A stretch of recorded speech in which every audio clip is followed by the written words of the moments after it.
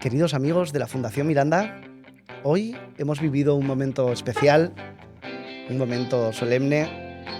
Nuestro estimado amigo, presidente y siempre aliado, don Joaquín Perea, ha hecho la presentación, ha realizado una presentación de su último libro, un libro que aborda de forma extensa diversos temas teológicos, pero además de ese gran momento hemos tenido un privilegio, un honor, del cual sigo disfrutando, que es la visita de Joseba Segura, obispo de Bilbao, que amablemente ha tenido la cortesía de concederme unos minutos dentro de su agenda ocupada, imagino, para poder hablar y poder conversar un ratito en lo que yo estimo que va a ser una entrevista con cierto pozo de reflexión. Al menos intentaré estar a la altura y proponerte preguntas que te sean al menos interesantes. Joseba, buenos días, ¿cómo está? Buenos días. Gracias por, de nuevo, hacernos este hueco para los micros de la Fundación Miranda. Encantado, porque este no es un sitio nuevo para mí. Este fue mi primer destino como cura, Baracaldo, San Vicente. Ajá. Y desde allí tuve la oportunidad de venir aquí a celebrar la Eucaristía en lo que era la antigua capilla. Y por eso digo que es algo que también forma parte de mi historia de vida. Qué interesante, da cierta sensación de estar en casa, al menos, ¿no? La cuestión es que como has andado por muchos sitios tienes muchas casas. Bueno, eso es enriquecedor, ¿no? El sentir... Sin duda, o sea, sobre todo la gente que te has encontrado aquí y allí y de la que has aprendido. En algunos sitios quizá porque has estado más tiempo, has sido experiencias más fuertes, en otros quizá, bueno, pues están un poquito más olvidadas o en segundo plano, pero sí, todo te Todo construye, deja huella. todo te construye. Sí. Hablando de construir, voy a confesar que minutos antes de saber que iba a poder quizá entrevistarle, he estado leyendo su biografía. No me ha dado tiempo a profundizar lo que me gustaría, pero sí que me ha llamado la atención ese inicio de llamada, de vocación que tuvo usted. Me gustaría preguntarle, ¿no?, cómo se vive una vocación espiritual cuando empieza ese primer llamamiento a involucrarse en el mundo de la Iglesia, y cómo lo ve ahora en retrospectiva. Usted en este momento es obispo de Bilbao. Muchas personas creerán que esa posición te distancia de la espiritualidad, y creo, como bien decía Rafael Carriegas hoy, que hay que dignificar el papel de la Iglesia en conjunto. ¿Cómo ve quién es Joseba Segura hoy en día ese primer llamamiento que tuvo en aquel entonces? Eso se produjo en un mundo muy distinto al de ahora y en una familia que era profundamente cristiana.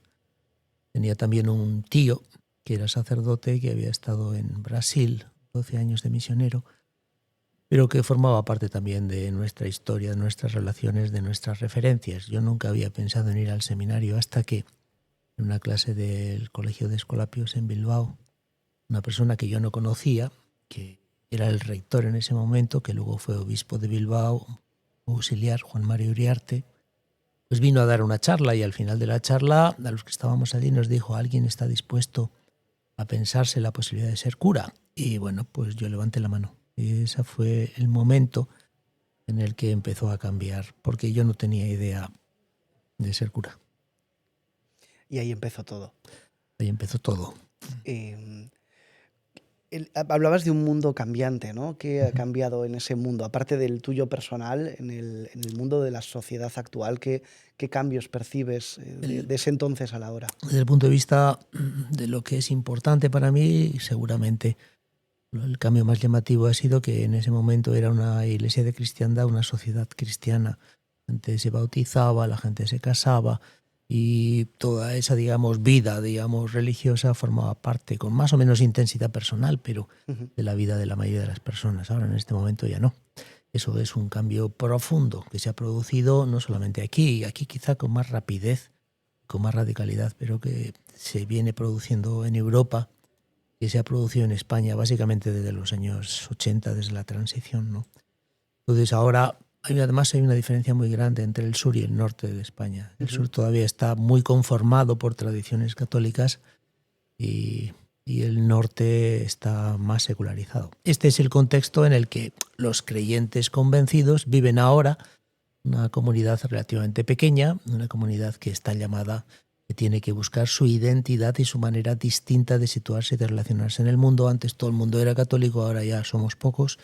Y el reto es lo que vivimos nosotros con la esperanza, con el deseo de poder contagiar a algunos, pero sabiendo que todo aquello que fue aquel, digamos, dominancia de la Iglesia, etcétera, en nuestra sociedad, pues ya se ha ido para no volver. Sí, dices que se va para no volver. ¿Cree usted que la Iglesia debe aceptar ese camino porque es el que está marcado? ¿O puede ejercer acciones? Porque a mí, en mi caso, se me da una situación muy íntima. Yo aquí en mi trabajo atiendo a muchísimas personas que sufren, que tienen dolor, y estoy de acuerdo en que el ser practicante de una fe quizá haya caído en más desuso o que sea menos generalizado. Sin embargo, cuando hay dolor, la gente busca esperanza. Y yo lo que sigo viendo es que la esperanza la da la fe. Es que la fe cristiana no se sustituye nunca por la no fe o la racionalidad. La fe cristiana se sustituye por otras creencias que quizá no son religiosas, pero es que la gente necesita fe, de algún tipo de fe, desde luego esperanza, para poder seguir adelante, especialmente cuando la vida se pone cuesta arriba.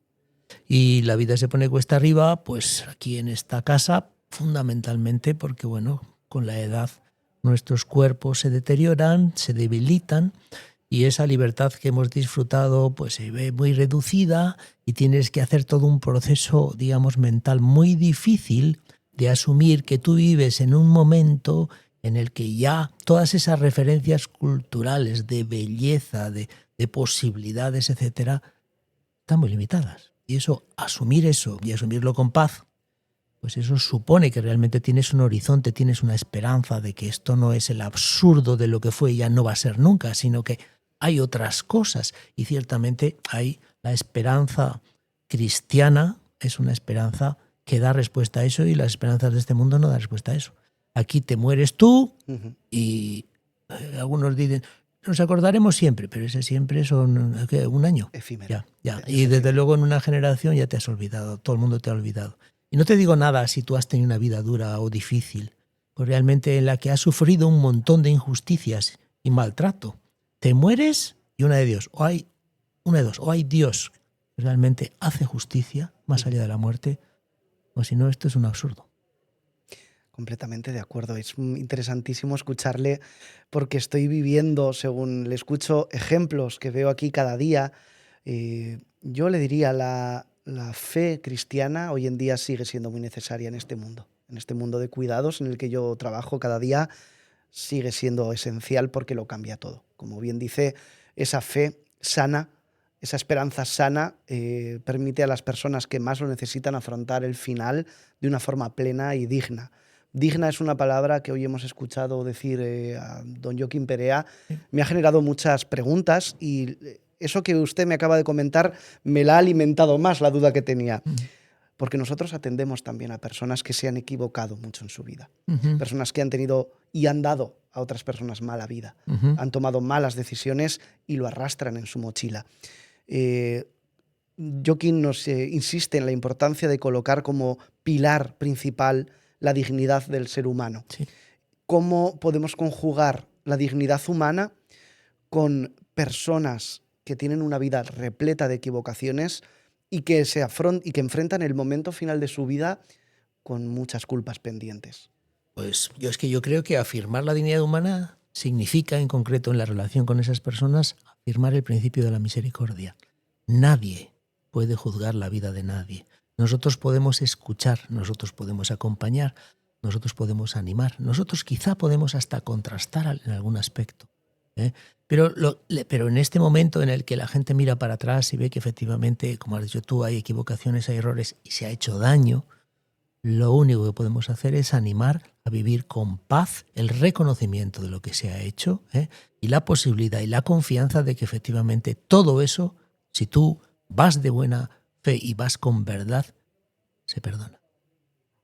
Y es así. El encontrar misericordia a muchas personas, yo lo he vivido, les ayuda no solo a afrontar con paz el final, sino a intentar resarcirse y mejorar en los últimos momentos. Me parece una reflexión maravillosa Joseba, una última pregunta. No quiero robarle mucho tiempo, sé que está ocupado y me siento de alguna forma obligado a no extender esta entrevista, aunque la estoy disfrutando muchísimo.